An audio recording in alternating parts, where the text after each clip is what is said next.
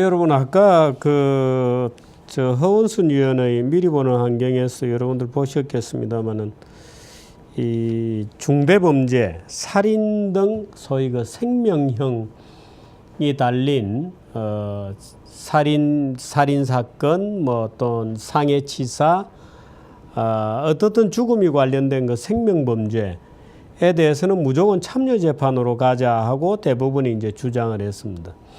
거기에 대해서 지금 법무부는 뭐 명확한 입장을 아직 공개한 건 아닙니다만은 그렇게 해보자, 약간 덜떠름하지만 해보자 이런 입장이고, 근데 실제로 이 참여재판이 지난 2010년에 도입이 되었나요? 도입이 되고 쭉 이때까지 해오는데 그동안의 성과는 사실 그렇게 좋지 않습니다.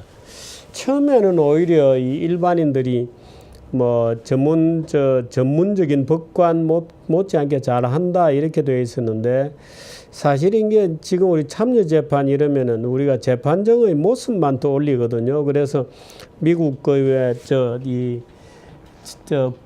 법영화, 미국의 뭐 영화 보면은 이제 이 재판정이 굉장히 자주 나오잖아요.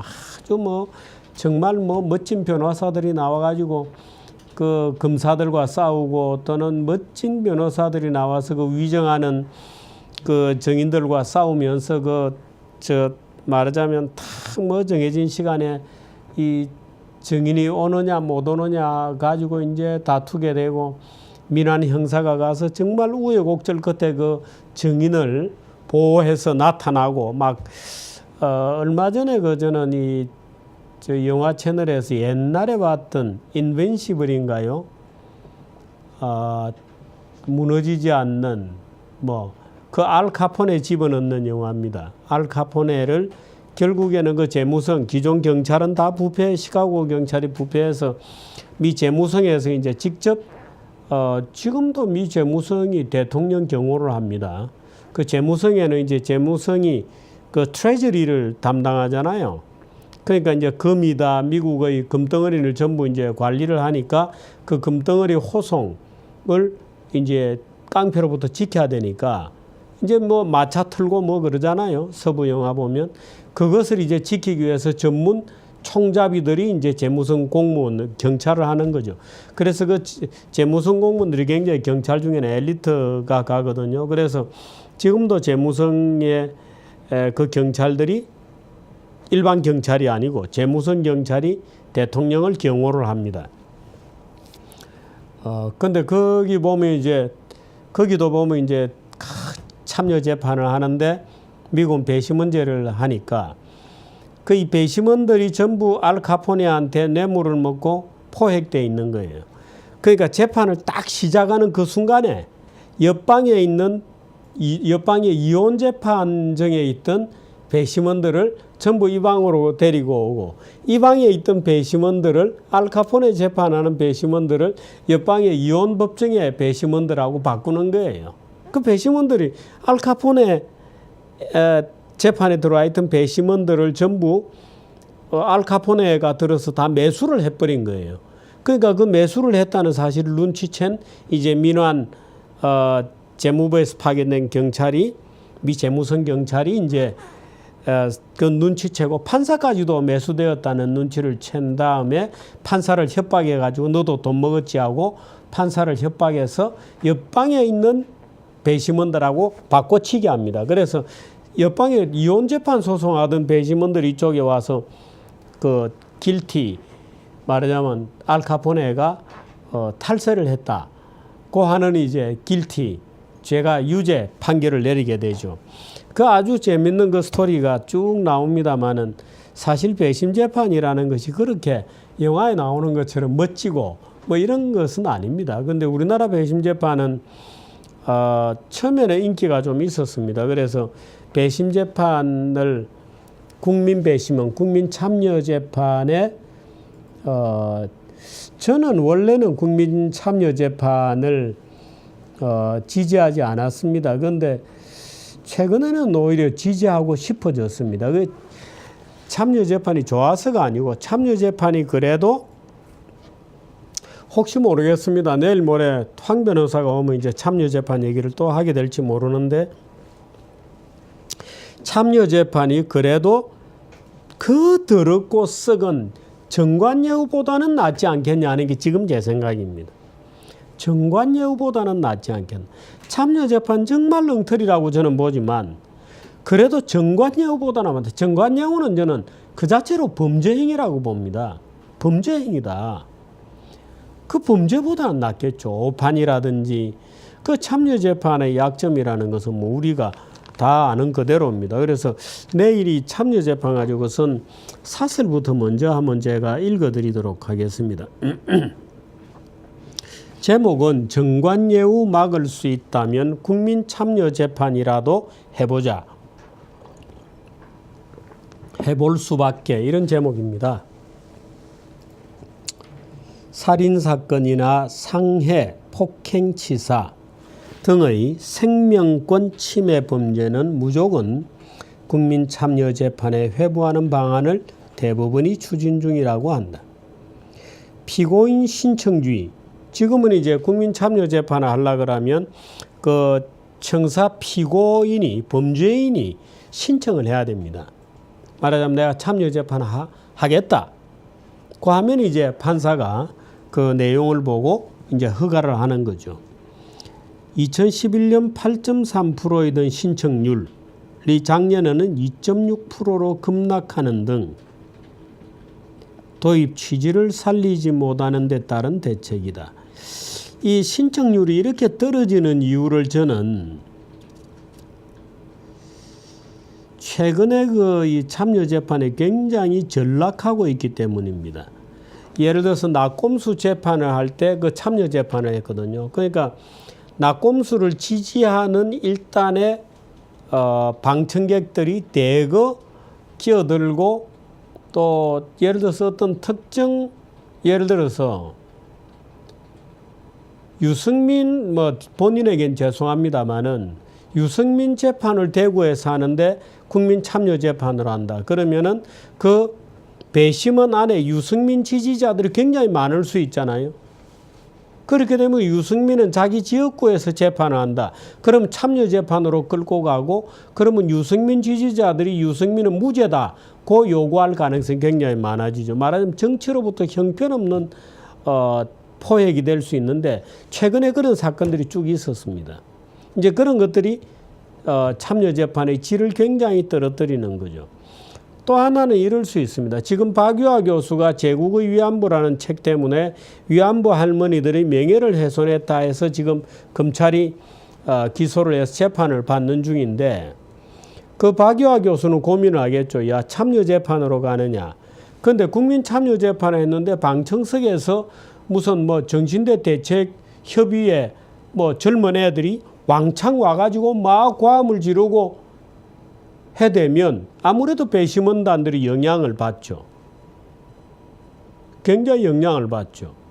그러다 보니까 국민참여재판을 해서 제대로 해보고 싶어도 오히려 그런 것들 때문에 안 하게 됩니다.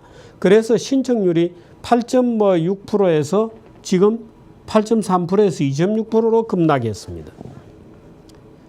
그런데 이걸 이제 생명범죄의 경우에 말하자면 사람의 죽음이 관련된 것인 경우에는 의무적으로 참여재판으로 가자 하는 것이 지금 대법원 아이디어거든요. 근데 아마 그렇게 되면 연간 500건 정도 이상이 아마 참여재판이 되지 않겠느냐 이렇게 봅니다. 일단 뭐 다 읽어보죠.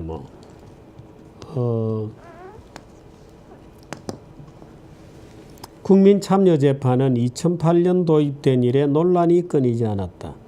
재판을 정치와 권력으로부터 독립시키고 시민의 법의식과 시대적 가치를 반영한다는 취지와는 달리 부작용도 만만치 않았다. 엄정한 법논리 대신 배심원들의 감성에 호소하는 일종의 인민재판적 왜곡도 나타나고 있다. 친형을 살해한 혐의로 기소돼 국민참여재판에서 배심원 만장일치로 무죄 판결을 받은 청소년이 대법원에서는 유죄로 확정되기도 했다. 재판이 여론정치에 더 휘둘린다고 있다는 지적도 많았다. 소위 낙곰수 재판이나 안도현 재판은 특정 배심원들이 당파적이었다는 의심을 사기에 충분했다는 평가를 들었다. 국민참여재판은 이처럼 적잖은 문제를 드러냈다. 그럼에도 우리가 시도해 볼 만하다고 주장하는 것은 최근 들어 정관예우 판결이 더더욱 기승을 부리고 있는 최악의 현실 때문이다. 정운호 게이트 등을 통해 정관예우 비리가 망국적 수준임을 재확인한 마당이다. 지금 국민들은 국민참여재판이 아니라 더한 것이라도 정관예우를 뿌리뽑는 데 필요하다면 마다하지 않을 태세다. 사법제도를 신뢰한다는 국민이 27%에 불과하다는 조사 결과도 있다. 의무화 대상이 참여재판 의무화 대상이 살인 등 생명권 침해 범죄로 국한된다면 그동안 지적돼 왔던 단점도 희석할 수 있을 것이다. 중요한 건 배심원의 편견이나 성향에 휘둘리지 않는 전문가의 적절한 조언 등 보완 장치다. 국민재판에서는 피고의 지지자들이 방청석을 장악하고 검찰의 야유를 퍼붓는 일조차 생겼다. 재판정을 정관예우의 썩은 냄새로 채우느냐, 다중의 인민재판으로 만드느냐, 참 어려운 문제다. 오죽 법정이 썩었으면 차악의 참여재판을 지지하겠는가. 이렇게 써봤습니다. 이 미국의 배심원 제도 문제 중에 하나가 유명한 그 오제이 심슨 사건이었습니다. 근데 그 당시에 미국에서 그 오제이 심슨 사건을 쭉 관찰했던 제가 잘 아는 지인들도 그게 생중계가 되다시피 했거든요. 그래서 전 국민적인 관심사였고 오제이 심슨 재판이. 그런데 오제이 심슨이 그 형사재판에서는 무죄를 받았습니다. 그래서 그 살인사건 오제이 심슨이 이제 그 유명한 미식 축구잖아요. 그 오제이 심슨이 자기 아내와 바람이 난 테니스 코치였나요? 바람이 난 자기 아내와 코치를 이제 칼로 찔러 죽였을 겁니다. 근데 하여튼 그게 이제 났는데 그때 이제 그 현장에서 발견되었다고 하는 장갑 이런 걸 이제 오제이 심슨이 끼는 이제 쇼도 하고 끼니까 손에 안 맞는 거예요. 그 장갑이. 손에 안 맞아서 장갑이 안 들어가는 겁니다. 근데 그게 사실 눈속임으로도 가능하죠. 제가 늘 끼고 다니는 장갑도 막 하면서 안 들어가요 하면 할 수도 있거든요. 근데 그거 다 배심원들이 속은 겁니다.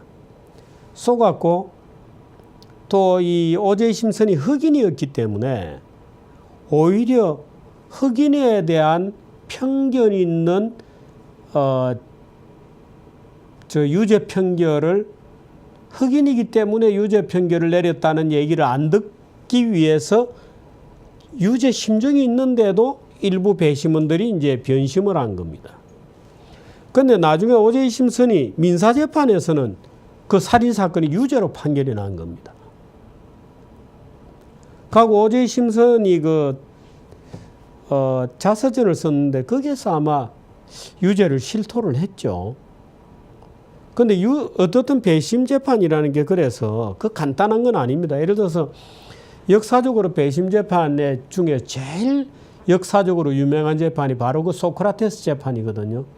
그 소크라테스가 재판을 받을 때 이제 하루 종일 이제 형사 고발한 그 검사하고 고발측하고 말하자면 소크라테스가 하루 종일 이제 대학볕 아래 이제 재판정이 이제 극장처럼 이렇게 생겼으니까 그때 아마 글쎄 배심원이 1000명인가 참석을 했죠.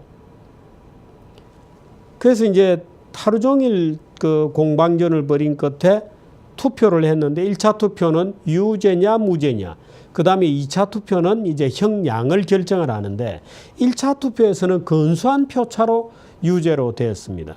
그런데 2차 판결을 앞두고 소크라테스에게 마지막 진술할 기회가 주어졌는데 거기에서 소크라테스가 너 어리석은 그리스인들이야 라면서 그 유명한 명연설을 해버려요. 그런데 그 연설을 들은 배심원들이 모욕감을 느낀 거죠. 그 모욕감 주는 게 소크라테스의 주특기였으니까 너 자신을 알아라. 네가 얼마나 무식한 줄 알아. 이게 소크라테스의 주특기잖아요. 그러니까 배심원들이 격분해가지고 1차 판결에서는 무죄라고 판결했던 배심원들까지 2차 판결에서는 저놈 죽여라 이렇게 된 겁니다. 그래서 소크라테스가 독배를 마시게 됐죠. 그게 이제 그 유명한 소크라테스의 편결입니다. 그 배심원 재판이죠. 그래서 이 국민참여재판은 좋은 점도 있습니다. 당연히 민주성이죠. 지금 우리 국회는 다 선출로 뽑잖아요. 그 민주적이다. 근데 사법부는 뭐냐? 사법부는 행정부도 행정수반이 대통령을 선거로 뽑잖아요. 근데 사법부는 뭐냐고 도대체. 판사가 뭐 한 번 판사면 끝이냐? 그 판사는 그냥 시험쳐 뽑는 겁니다. 그러니까 민주성이라고 할 만한 게 없죠. 그 왜 그래야 되나? 그 전문적이기 때문에 그렇다는 이제 조건이 있었는데 뭐가 전문적이냐? 판사 정관영훈하고 자기들끼리 스크럼이나 짜서 법조 비리 더러워서 못 보겠다 이제 이렇게 되는 것이거든요. 그래서 민주성을 회복시킬 수 있다. 그 다음에 그 재판 과정 자체가 이 시민들에게 법 교육을 할 수 있는 교육 기회가 된다. 하나는 재판의 결과하고 그 일반 시민들이 느끼는 정의감을 일치시킬 수가 있죠. 재판 결과와 시민들이 느끼는 정의감을 일치시킬 수 있습니다. 이런 여러 가지 장점이 있습니다. 그런데 약점도 많죠. 우선 감정에 휘둘린다. 배심원들은. 막 살인사건이 눈앞에서 막 재현되고 있고 이러면 증거가 나오고 피 묻은 칼이 나오고 그러면 이제 막 격분하게 되는 거죠. 왜? 비전문가니까. 그 다음에 거짓말에 속는다. 그 다음에 하나는 이 형사소송법을 잘 모릅니다.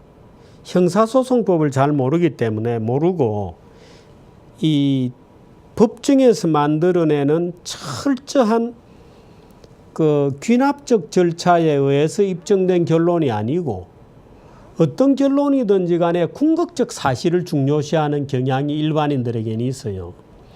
그래서 불법적으로 채정된 것인데 예를 들어서 도청이다, 뭐 훔쳤다.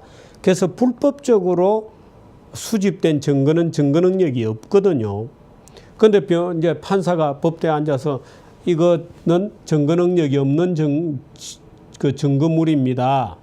라고 아무리 설명해 줘봤자 일반 배심원들에게는 지금 눈앞에서 본 그 사실 그 자체에 이제 매몰이 되는 거죠. 그래서 소위 소송법적 인식 이런 게 굉장히 낮아지게 됩니다. 그러니까 절차적 과정보다는 궁극적 실체 그 자체를 중요시하는 게 이제 비전문가들의 특성인데 법조인이라고 하면 이제 그런 소위 형사소송법상 그게 법정이라는 게 하나의 귀납적인 절차이거든요. 그래서 자료를 축적하고 검증 과정을 거치고 정언이 나오고 증거가 붙고 해서 보강이 되고 해서 최종적으로 의심이 들 만한 요소들은 다 빼지 않은 채 마지막으로 콘크리트한 뭔가의 증거가 무엇이냐에 따라서 이제 판단을 하는 건데 이 전문가들은 잘 그렇게 안 되죠. 얼른 지나간 어떤 이미지에 포획되어서 비전문적 판결을 내릴 가능성도 굉장히 높죠. 근데 또 결정적인 문제는 이런 게 있습니다. 예를 들어서 그럼 누가 배심원으로 가느냐? 시민 명부 중에서 전화번호부식으로 선택을 하거든요. 그냥 무작위 추출인 겁니다. 근데 내인데 통지서가 떡 날라왔어요. 정규재 님 매달 며칠 날 무슨 사건이 있는데 배심원으로 등록해 주세요. 그 제가 일정을 보니까 출장이 있다. 그 내 출장이 있어서 못 간다. 근데 그게 그 이유가 법원에서 합리적으로 봐서 그 말이 일리가 있다고 받아들이면 괜찮지만 안 그러면 이제 벌금을 내야 되거든요. 더 근본적으로는 이런 게 있습니다. 야, 그 살인사건 재판이야? 그게 살인사건 재판이야. 근데 나보고 와서 배심원하라고. 아우, 나 그거 싫어. 나 나무 살인사건에 왜 내가 가서 해? 아우, 나 싫어. 나 살인자 얼굴 쳐다보는 것도 싫어. 그 연쇄살인범 지난번에 그 떠들썩하면서 잡혔던 그 잔혹한 놈이야? 아우, 나 구토나. 그 얼굴 생각만 해도 싫어. 빠지게 되잖아요. 그거 어떡하죠? 근본적으로 이제 이런 문제가 있습니다. 그래서 잔혹한 살인자를 다루는 재판에 내가 아우, 나 그런 사람 죽이고 살리고 하는데 나 얽히기 싫어. 말하자면 이렇게 되면 배심 재판의 기본 취지가 없어지는 거죠. 그래서 이런 여러 가지 것들이 이제 다 연결이 되어 있습니다.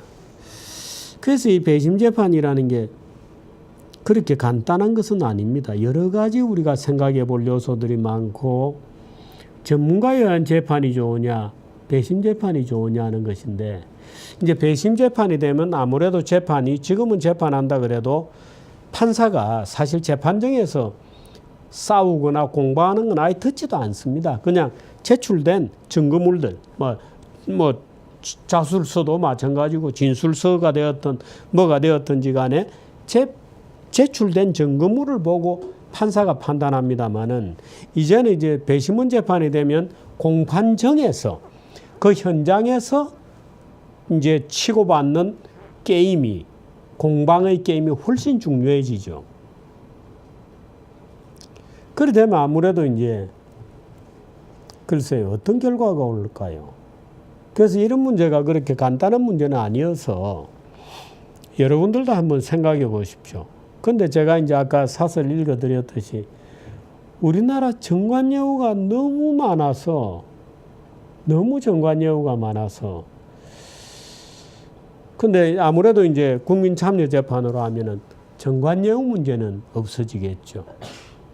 그 지금 대법원에서도 이제 그런 것 때문에 대법원 법조를 어떻든 개혁해 볼 방법이 없겠는가 하는 고민으로 오죽하면 차라리 참여재판으로 바꿔버리면 정관예우가 끼어들 여지가 없다. 보고 지금 이제 하는 겁니다. 그러니까 참 법조가 썩다 보니까 여기까지 오게 된 거죠. 그래서 저는 차악입니다. 차악으로 그래 한번 해보자.